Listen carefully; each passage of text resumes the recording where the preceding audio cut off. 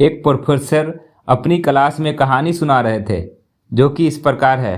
एक बार समुद्र के बीच में एक बड़े जहाज पर बड़ी दुर्घटना हो गई। कप्तान ने शिप खाली करने का आदेश दिया। जहाज पर एक युवा दंपति थे।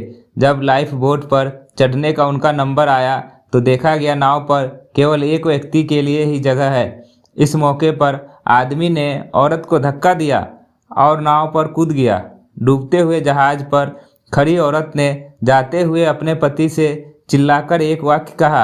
अब प्रोफेसर रुककर स्टूडेंट से पूछा, तुम लोगों को क्या लगता है उस स्त्री ने पति से क्या कहा होगा? ज़्यादातर विद्यार्थी फौरन चिल्लाए। स्त्री ने कहा होगा, मैं तुमसे नफरत करती हूँ, आई हेट यू। प्रोफेसर ने देखा एक स्टूडेंट एकदम शांत बैठा हुआ था।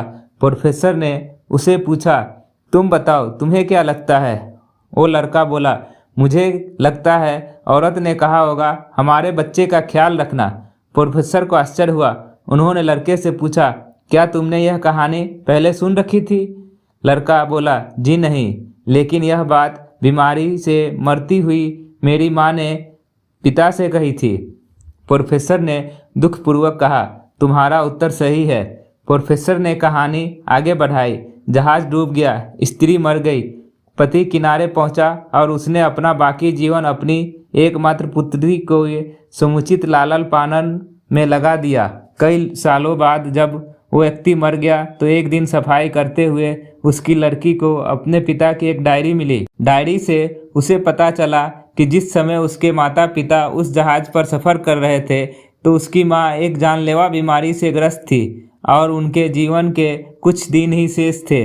ऐसे कठिन मौके पर उसके पिता ने एक कठोर निर्णय लिया और लाइफ बोट पर कूद गया। उसके पिता ने डायरी में लिखा था, तुम्हारे बिना मेरे जीवन का कोई मतलब नहीं। मैं तो तुम्हारे साथ ही समंदर में समा जाना चाहता था, लेकिन अपनी संतान का ख्याल आने पर मुझे तुमको अकेले छोड़कर जाना पड़ा। जब प्रोफेसर ने कहानी समाप्त की तो पूरी क्लास में शांति थी। इस संसार में कईयों सही गलत बातें हैं, लेकिन उसके अतिरिक्त भी कई जटिलताएं हैं जिन्हें समझना आसान नहीं। इसलिए ऊपरी सतह से देखकर बिना गहराई को जाने समझे हर परिस्थिति का एकदम सही आकलन नहीं किया जा सकता। कहानी पूरा सुनने के लिए आपका धन्यवाद। कहानी कैसी लगी कमेंट जरूर करें। आपका एक सब्सक्राइब हमें अश्लीलता रहित कहानी बनाने की शक्ति देता है। कहानी अच्छी लगी हो तो लाइक कर दें और दोस्तों को भी शेयर करें। धन्यवाद।